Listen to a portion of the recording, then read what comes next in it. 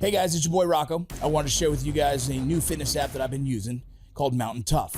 If you're serious about pushing your limits and building your mental toughness, you gotta go check out MTNTOUGH. This isn't your average fitness app. It's built for those who never back down from a challenge. MTNTOUGH started by training backcountry hunters for multi-day, high elevation, rugged terrain, and the ability to pack an elk in mountains. The training translated so well to the tactical application that many special operations, military, first responders, and law enforcement officers use the app today. You can see on their YouTube channel that they've been sharing their knowledge and training with guys like the 75th Ranger Regiment, which I was also a part of. This app allows you to train wherever you are with minimal equipment requirements. So whether you're in the gym, outdoors, at home, you can access top-tier workouts that fit your goals and lifestyle. In other words, you have no excuse. I have gone through my phases of my workouts, trying to get big, trying to get better, trying to get faster, trying to get this, and currently, this is the app I'm using. I want to be more functional in the field while out there with the Border Patrol filming what happens day in and day out on the borders. Download MTNTOUGH app today and use the promo code Borderland to get a 14-day free trial and 1 month free. That's 6 weeks of MTNTOUGH at no cost. Go get them.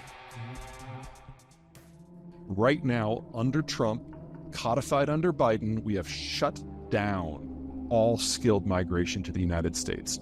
You could be a brain surgeon astronaut who took a bullet for the U.S. president in Afghanistan, 17 Purple Hearts, a bunch of Bronze Stars, and you still can't get in the country legally. You have to go to the southern border and walk across.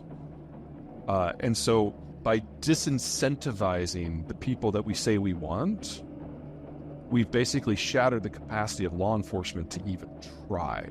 The opinions of the guests and host are their own and do not represent the opinions of Ironclad, the Border Patrol, or the Department of Homeland Security.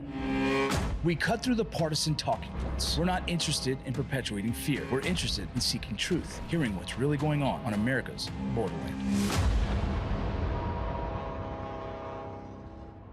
Welcome to Borderland, an Ironclad original. My next guest is Peter Zeihan. He is a geopolitical strategist. This guy knows so much information that I was the whole time excited to hear what he had to say. I wish we had 3 hours with this gentleman. We're definitely going to try and bring him on again. But if you're concerned about some of the thoughts that are going on during the election and some of the candidates and their viewpoints on immigration, this might be a good podcast to listen to.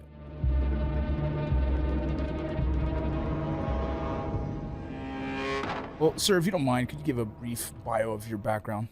Sure. I do have it here in my notes, but I would love to hear you say it. My name's Peter Zeihan. I work with geopolitics and demographics to try to craft a view of how the world is going to end up working in the years to come. And most of my life these days is working with clients for them to figure out what opportunities and pitfalls are right in front of them. And that can be an agricultural conglomerate, that can be the U.S. military, that can be an electrical cooperative. I really run the gamut. And so with the current situation with the border, has that been a big problem for you to try and answer with a massive influx of immigration? Not really. I mean, as a rule, the hotter the political argument, the less is going on. That really affects things. So let me give you the economic point of view, and then we can talk about the cultural and the security point of view. Economic point of view, we took in, 2.1 million people last year crossing the border irregularly. They all went directly into the workforce. It's like these people aren't on welfare rolls. They went and immediately took construction jobs. And if they hadn't, we'd probably have inflation between 8 and 10% right now. So from a purely amoral, apolitical point of view, economically, we really need these people. The baby boomers are retiring. They're the largest generation ever, which is another way of saying they're the largest worker generation ever. And the generation coming in from below, Gen Z, is our smallest one ever. And one of the mistakes, I would argue, that the baby boomers made is they tried to convince their kids that to have a future, you have to have a college degree and work in an office. And so we have this huge surge of white-collar workers, especially under Generation Z. And the last generation where being a blue-collar worker was considered normal are the boomers. And now half of them are retired. Well, all the people crossing the border are blue-collar worker. I mean, none of these people are nurse practitioners. So they're filling a gap in the labor force that we desperately need filled, and it's not going to last for much longer. As countries industrialize, as they urbanize, they have fewer children, and we've seen that in Mexico. Mexicans' birth rate has dropped by 2/3 since 1992. And for the last 15 years, the people who have been coming north haven't been Mexican. In fact, net migration's been negative for most of that period. These are Central Americans. But 10 years after the NAFTA Accords started Mexico on the road towards industrialization, we got something called the Central American Free Trade Agreement. And so Central America is on the same path, just 10 years behind. So by the time we get to 2030, Central America is not going to have a lot of people to send. So this is the last wave of people from the neighborhood crossing over. And if you fast forward 10 years when the labor shortage really starts to bite, and it's already over 500,000 people a year, we're going to look back on these lazy days in the 2020s as the golden age for keeping labor costs under control. That's fascinating. I've never heard anything like this, and that's cool. That is deliberately putting blinders onto the political, the cultural, and the security issues. Yes, that we're just talking economic-wise. Yeah, economic-wise, the workforce. Thank God. Right. Wow. You don't hear about that. I sit in this position.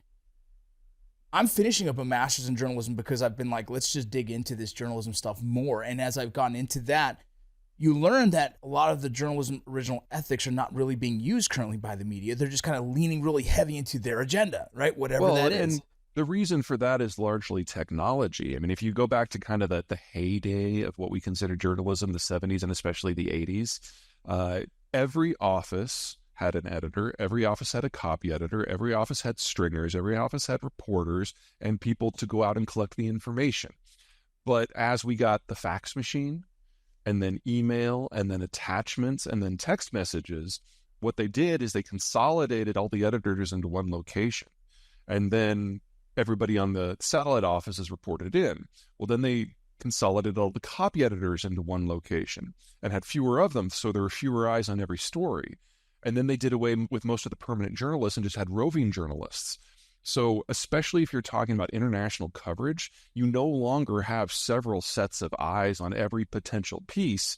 It's just what this little cadre back at headquarters thinks the story is. Yeah. And everyone goes out to find things to fit the story instead of the other way around. And that's happened at every news service everywhere in the world. And as bad as it's gotten in the U.S., it's much worse in Canada and the United Kingdom. Really? Yeah. CBC is by far the worst quality news service on the planet now, and BBC is definitely the one that has fallen the furthest. I watch a lot of the border crisis news and border stuff, and it's not unheard of when I see them use an old clip of some kind of migrants rushing the fence and saying this should just happen today.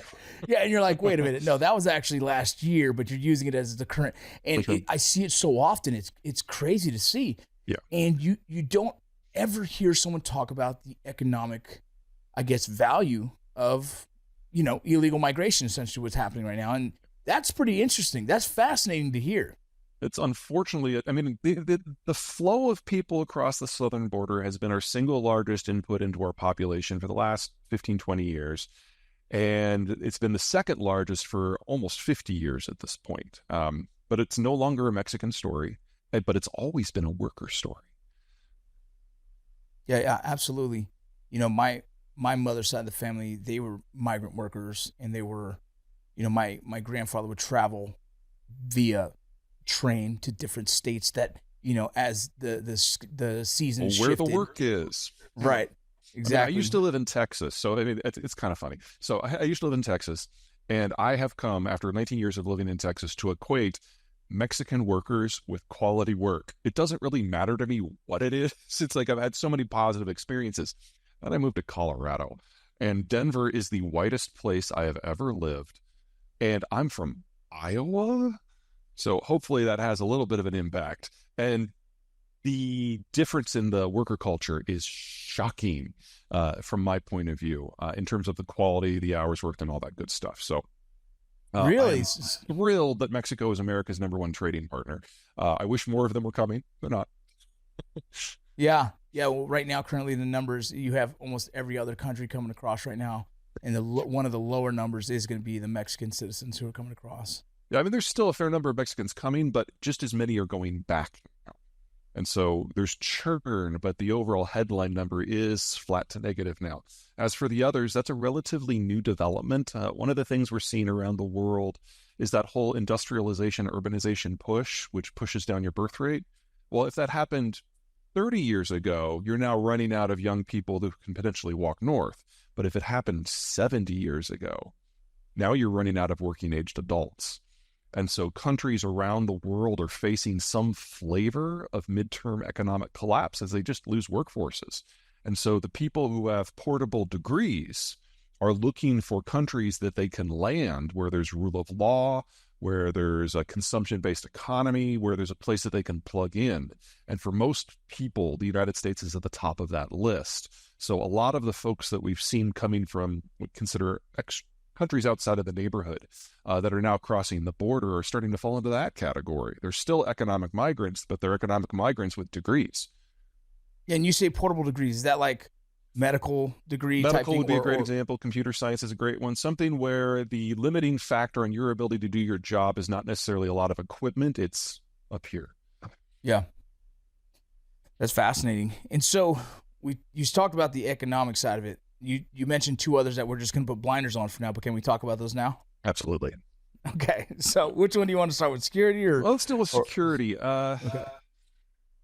I'd say the biggest problem we have had with immigration enforcement to this point in the United States is we really disincentivize the people coming north to cooperate with the system.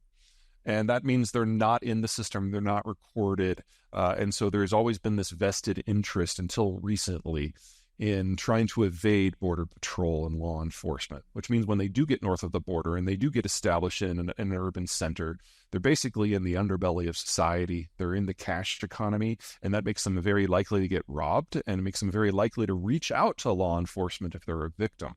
And you could argue that probably half of America's irregular migration population, which based on whose numbers you're using is somewhere between 5 and 8 million people, the half is 5 and 8, are in a position where they would never go to law enforcement even if their spouse were killed, because they're concerned that if they are found out, they'll just be sent back.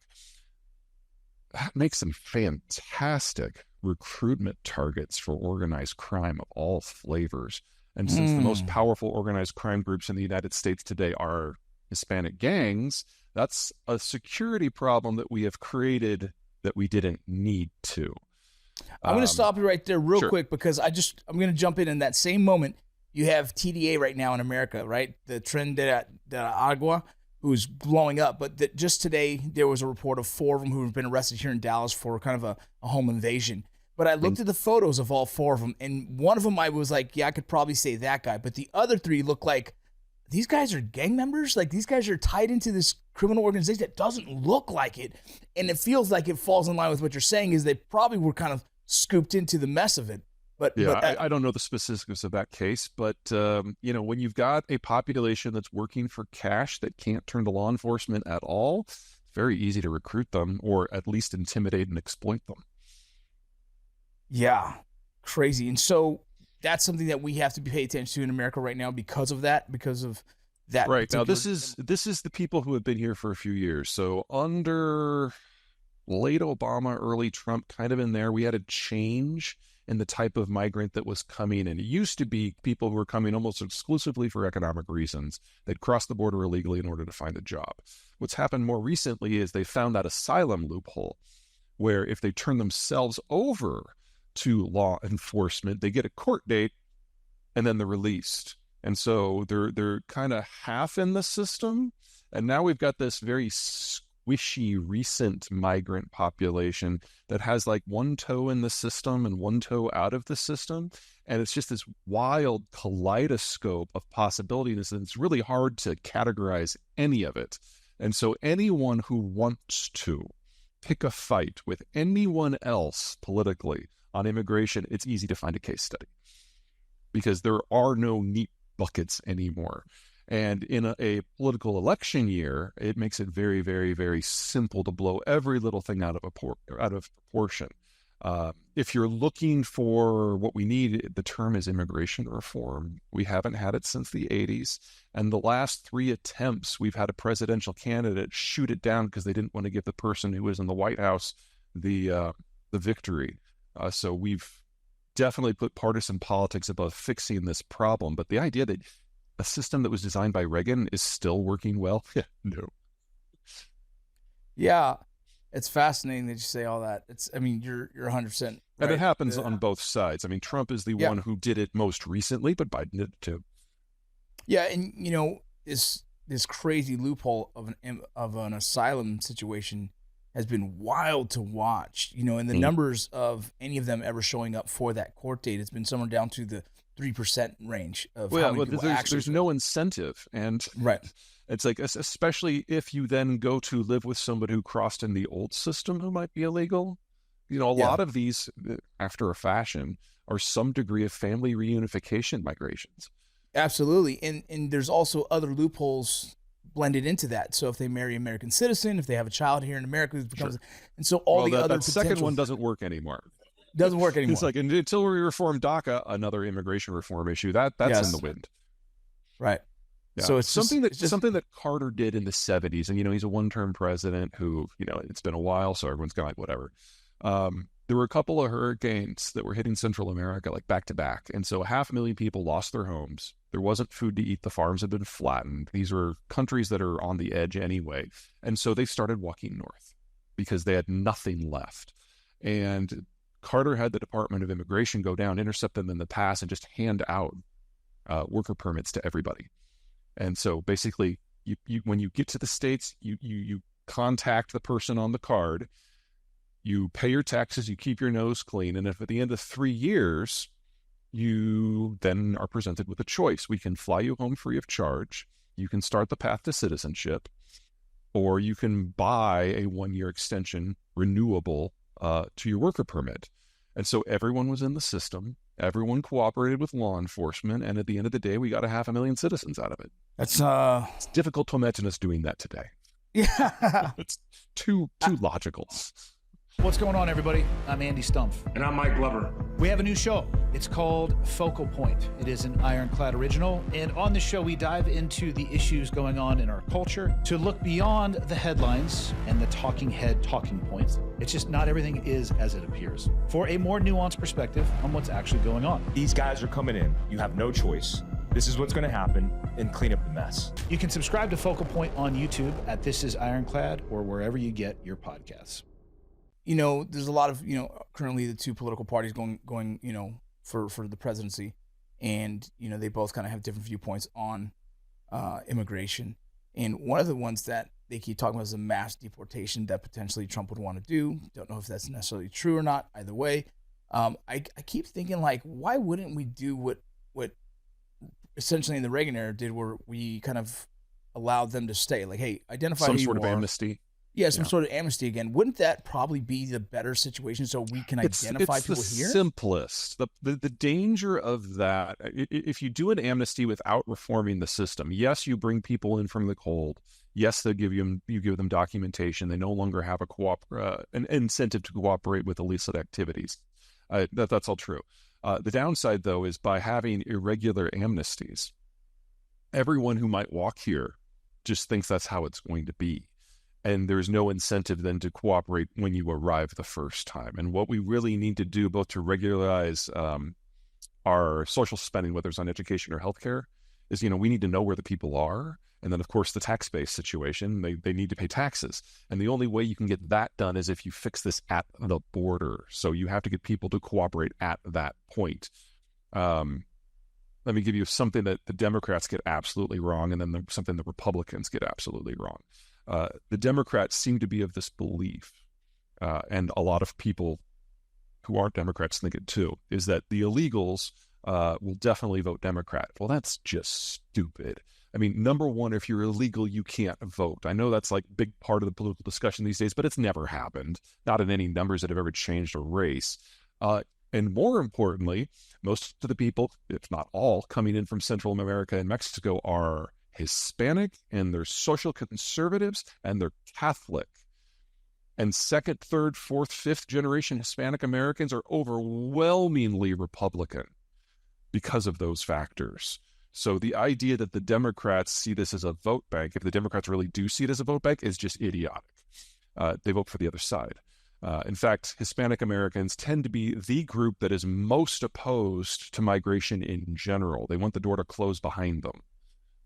They tend to be pretty supportive of family reunification policies, but only for their families. And then on the Republican side, that stupid wall. Okay, the Sonoran and the Chihuahuan deserts are the greatest natural barriers on this continent. And by building a wall, we have run 50 construction roads across half of that barrier and made it easier than ever for people to cross illegally. So Donald Trump will go down in history as the most pro-illegal migration president in American history. Just the facts just don't match the discussions, and it's frustrating. Yeah. Well, I'll tell you from a Border Patrol perspective, being that I was a Border Patrol agent, and how the Border Patrol views the wall is very different than how politically it's used. That does not shock me. Yeah. The Border Patrol really visualize those as they put them in areas that are hard to work because of the terrain or the location, which helps us funnel the traffic in areas where we can actually use other tools like technology, well-placed areas of where we can place agents. That's how we have used it in the historical point of it. And we've used those before even Trump, right? There's walls in certain areas before that, Obama era, even before that, there's different kind of, but it got used in this political way where it's like, what are we doing? Because we saw it as like, it does help in areas that are really challenging to work. It helps kind of funnel the traffic. Now, you and I know a ladder.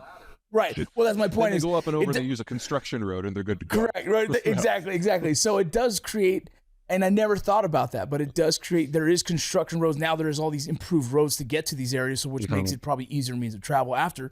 And they always will find a way to go over, under, or through. So it's still, whether you build them or not, they're still going to find a way to manage them or navigate them. So, basically, unless the policy is to shoot everyone with a tan who tries to cross the border, it's really hard to regulate that unless you get the people who are coming to cooperate. Well, let me ask you this. What is Mexico? Why doesn't Mexico get involved in slowing down the traffic?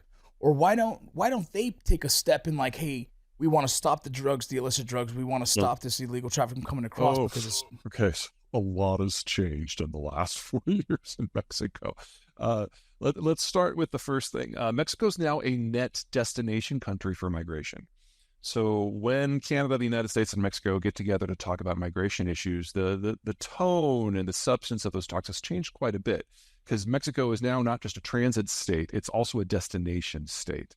And the Mexican government, until recently, was led by AMLO, he was a special kind of hateful incompetence. But one of his many characteristics is he hates Central Americans. And so there were a number of periods, both under Trump and under Biden, where you were seeing some pretty harsh policies in Mexico towards people who were trying to pass through. And so there was this weird little tug of war in AMLO's mind. I don't like Americans.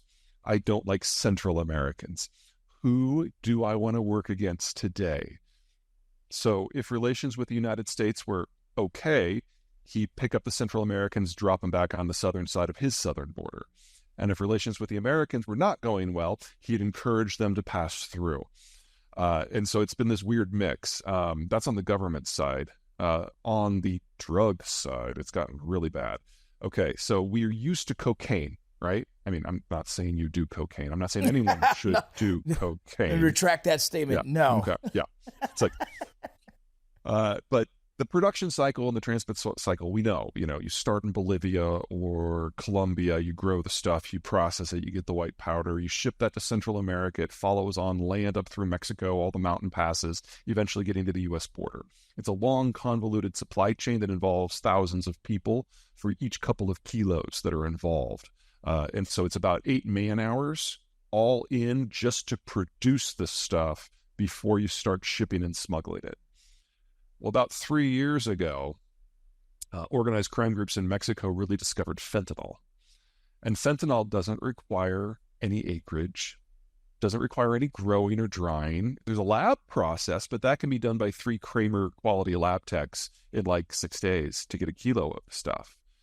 And so instead of having a handful of largish players in South America producing this stuff, you now have thousands of small mom and pop operations operating out of a garage across Mexico. And instead of having 2 or 3 really big cartel or cartel alliances, we now have hundreds of local organized crime groups, and all of them just want to shift the stuff north because the money is so much better than it is for cocaine. So instead of having a truck that might have, 50 kilos in the trunk of cocaine, you now have people who can just walk across the border with 2 kilos and make $1 million. And it's a very different sort of geography of smuggling. And by having the asylum-style border opening, we don't have any of the pieces in place to really fight it. Yeah, it's funny. A couple people we've had on the show talked about how they're not using body carriers to cross it. Look at the numbers. And my argument to them was like, well, the numbers are only the numbers that we catch. You know what I mean? On the borders, there's definitely drugs coming across the border. We're definitely missing a lot somewhere. And and fentanyl is killing. Well, I mean, it's a scale issue. So if you take every bit of the fentanyl that Border Patrol has intercepted in the last 3 years, the precursor materials that it takes to build all of that, it's only 33 55-gallon drums. That's it. That's all it takes. And most of these fab facilities that are garage labs, they're only making 1 kilo a week or 1 kilo a month. You don't need much of a transport network to get this stuff across because the concentration is so tiny. That's great. And Mexico just chooses not to combat against it, or is yes it and so no? cool? So firstly, yes, AMLO, like I said, is an asshat, and he decided not to basically enforce law enforcement anywhere in the country for his entire term. And so we saw a breakdown of the police forces all across the system. But that started well before the switch from cocaine to fentanyl. Yeah. And now with fentanyl, you've got hundreds of groups who are suddenly multimillionaires because of illicit activity. And the ability of these mom and pop operations to bribe on a scale that is so much bigger than the cartels could do. I mean, fighting it is a law enforcement issue, and AMLO absolutely did the country a discredit. But I'm not sure how you fight something that is that easy to produce and move, especially when it generates that sort of income. I mean, we need to come up with a completely new model for law enforcement to grapple with this. And since the stuff has only been in existence for a couple of years, we're very early in that process. You say law enforcement, you're saying Mexican law enforcement, correct? Does that spill over into us? At the moment, Mexican law enforcement, because this is where the stuff is being fabricated. But because it's so easy to make, let's say that Mexico succeeds in completely somehow purging fentanyl labs from their entire country. Well, then they'll be in Oklahoma. Yeah, just like so we're going to have to figure this out too. Right. How about the newly elected president? I know you made a recent video about her, Claudia Sheinbaum. Do you see there be any kind of impacts from her? She's definitely not as anti-American. She's definitely not as racist. She can definitely do better math. She's definitely had a real job before becoming president, like AMLO, who was just a professional opposition activist. She was Mexico City's mayor and did a pretty solid job from the point of view of most of the people who live there, and that's what really matters. So if you're looking for someone who's a little bit more of a technocrat, who can make the trains run on time, who understands that law enforcement is a thing that needs to be done, everything seems to be moving in the right direction. The problem, of course, is that she considers herself to be AMLO's protege. And so how much power will AMLO have over her moving forward? And his last big reform, as he calls it, was to change the law so that Supreme Court justices would basically be appointed by his party stalwarts, which, bad. And one of the first things she did when coming into the job is saying, and the Supreme Court can't rule on that. The Supreme Court has no jurisdiction over legal issues. I'm like, pretty sure that's not what the Supreme Court's there for. So I have my hopes, I have my concerns, but she's only been there for 3 days. I'll give her a little bit more time. Yeah, that's going to be interesting to watch. When I've had a lot of people talk about it and they're not sure what to expect. I'm just hoping that there's some kind of positive out of that, and that hopefully whoever is elected our president can build that relationship so we can hopefully come to some kind of answer to slowing down the traffic down the border. And also, now, I have not been shy about my criticism of Donald Trump on almost everything. I'm not a liberal. I'm something far worse. I'm an informed moderate. But Trump had a fantastic working relationship with AMLO for all of Trump's faults. And so NAFTA 2 was renegotiated under their joint tenure. That was a huge success for both countries. And what progress we made on immigration reform, wrong word, immigration enforcement, was because the two of them could see eye to eye on a lot of things. Now, we can pick apart the details and find plenty of things to criticize, but the point was the two were on talking terms. And for AMLO and for Trump, that's not always possible. How about recently? There's been a small decline in border crossings. Would you happen to know why? I have uninformed speculation. Just before an election, a lot of people are going to wait to see who's going to win, and if they think it's going to be somebody who's more likely to do an amnesty, they're going to wait. Also, fentanyl is shattering the cartels themselves. It's not just law enforcement; it's any sort of authority. Well, if you have this multi-continental flow of cocaine from production to distribution, that's a lot of work to build and maintain. But if Larry and Carol over there in a month can make up $5 million worth of fentanyl, and they don't go through you, and then Jack and Jill do the same thing over there, and Margaret and Bob over there, and all of a sudden you have 100 competitors in your hometown who are making a drug that you don't control, it breaks down your ability to enforce your own cartel structures. That's what's happening currently right now in Mexico? Yeah, it's the fentanyl has come up that fast, and it's that profitable. There's really only one of the cartels, the Familia Michoacan, that has kind of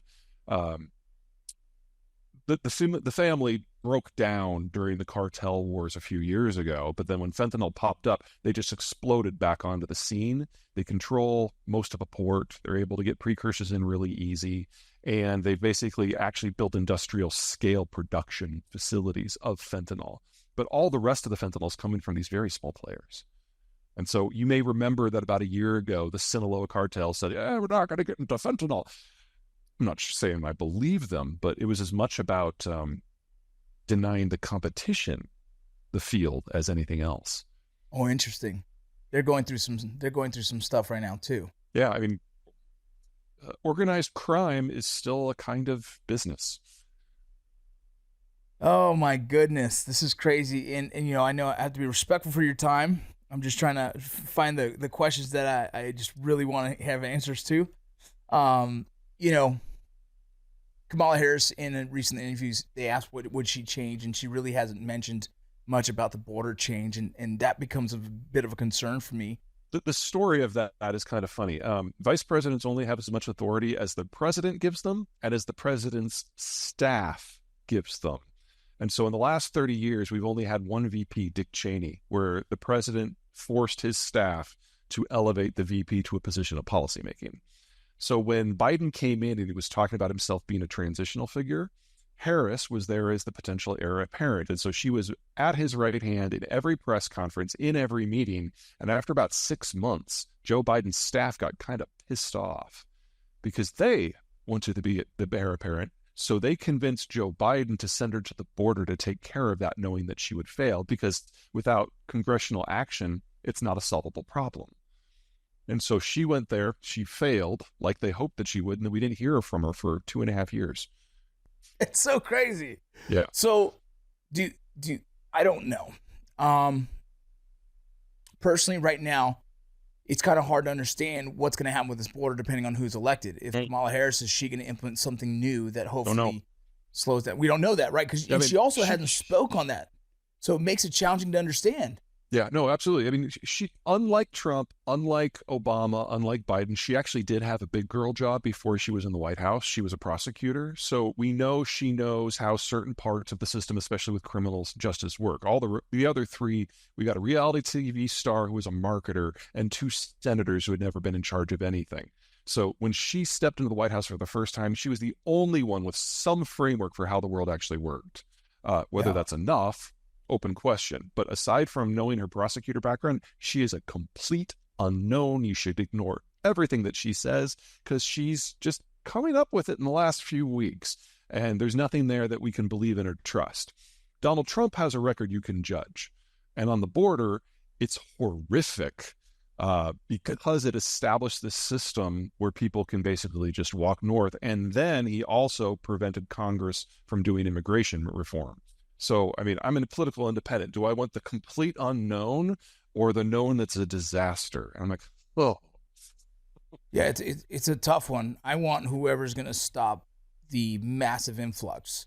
Congress. And you want Congress to act.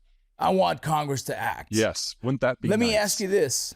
So if it was you're in the position, what are the things that we need to do as a country to hopefully change this illegal immigration problem and also streamline more legal immigration so we could actually have this working space with immigrants who come in here want to do the hard work that most of us won't ever do?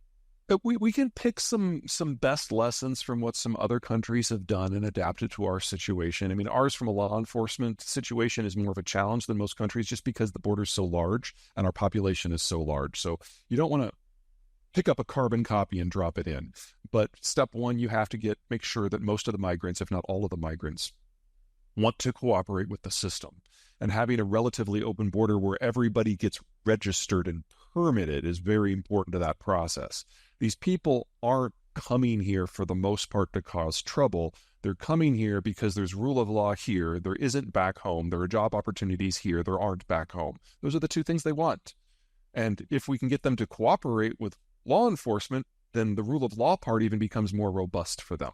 So there's easy ways with worker permits and visas to get that done. The second phase is to separate, very, very clearly and firmly separate migration from people who are walking across the southern border from all other forms of migration where we're probably going after more skilled labor. Right now, under Trump, codified under Biden, we have shut down all skilled migration to the United States.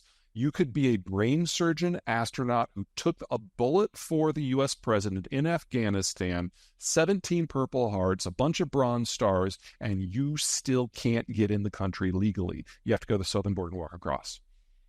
And so by disincentivizing the people that we say we want, we've basically shattered the capacity of law enforcement to even try. So you establish pathways for legal migration for the people that you say that you want. Maybe you build a point system like New Zealand and Canada have. Maybe you open up certain job categories like, say, the Australians have had. There's a lot of different models you can pull. But you encourage the people who have the means and have the skills to come in on a plane and register at the ports rather than walking in with the masses. If you can split those apart, then you can have a dual system that plays to the strengths, the weaknesses, and the characteristics of each flow. There's no way to do that without Congress. A lot of people I talk to who are more towards a security mindset have a fear of, those onesie twosies who have nefarious intentions. Is that something of a concern for you at all? That's not an immigration problem. That's a national security problem. But by not having a good immigration problem, we've made it impossible for the national security folks to do anything on the southern border because those ones or twos are now swarmed by tens of thousands of people who we could put into buckets. And if we did put them into buckets, then the ones and the twos would much more strongly stand out. Yeah. You talked about economics. You talked about security. The last space was is it the social and cultural? Sure. Is that what you were? Honestly, I think most of the people who are post-immigration, that's what they're thinking of even more than security. They may say security, but what they really mean is I don't want that person here. Cultural change is hard. And the single largest voting bloc we have, the baby boomers, are now majority retired. And when you retire, you get a little crotchety. So it makes sense for me. We've seen this in Europe too, that as populations age past that point, they become a lot more ossified when talking about border issues. But the argument you have to make to these people is, do you want health care when you retire? Because there aren't enough people in the country anymore to do it for you. So if you want to die alone in your house or be a burden on your family, then yeah, a closed border sounds like a great idea. But if you want some help, you got to bring it in. Interesting. Yeah, I've never even thought of it that way. You know, I grew up in Los Angeles in the, every culture you can think of. I never really was race wasn't a big thing. Then I went to the military and we made fun of each other's races. And again, no one cared. Just go to war. I don't care who you are as long as you got my back. As I got older, then I started to see how race started really playing a significant role. And it was surprising to me. Right now I've seen many different cultures come across and people are more nervous about it because of their lack of, experience around other cultures, Yeah, I mean, it's easy for me as someone who has lived in Texas for 19 years, has had more of that experience to be relatively welcome, especially for the Hispanic influx. But, not maybe a third of Americans have never really functionally left their home state except for maybe for a vacation. And immigrants until recently have clustered in certain parts of the country. What we're seeing now in, say, the American South is different. This is an area that is aging relatively quickly. This is an area that can't resuscitate its own labor market without a lot of help. And while they are perfectly willing to take, say, Midwesterners coming in, foreigners coming in tilts things a different direction. And that's a bit of a problem for everyone. Is there ever a fear that, you've mentioned a couple of times when immigrants come across, they have to kind of conform to our rule of law? Is there ever a fear that, too much of an influx and people don't want to assimilate, they don't want to kind of support the system, and that kind of slowly, destabilizes our own country?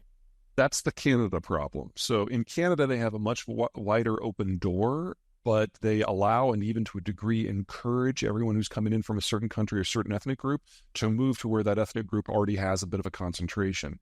And so you've got a little Sikh, you've got a little Taliban, and on and on and on around Toronto. And you have ultimately multi-generational ghettos that never really assimilate. We don't have that really in our experience. In fact, if you look at first generation migrants versus second generation American citizens, the fastest disappearing language in the United States is Spanish. Yeah, they assimilate very quickly. Now that's going to be different group to group and region to region. I'd say the Hmong of the St. Paul area are probably on the far side of kind of retaining their culture because they almost got genocided where they came from and they're trying to preserve some of it.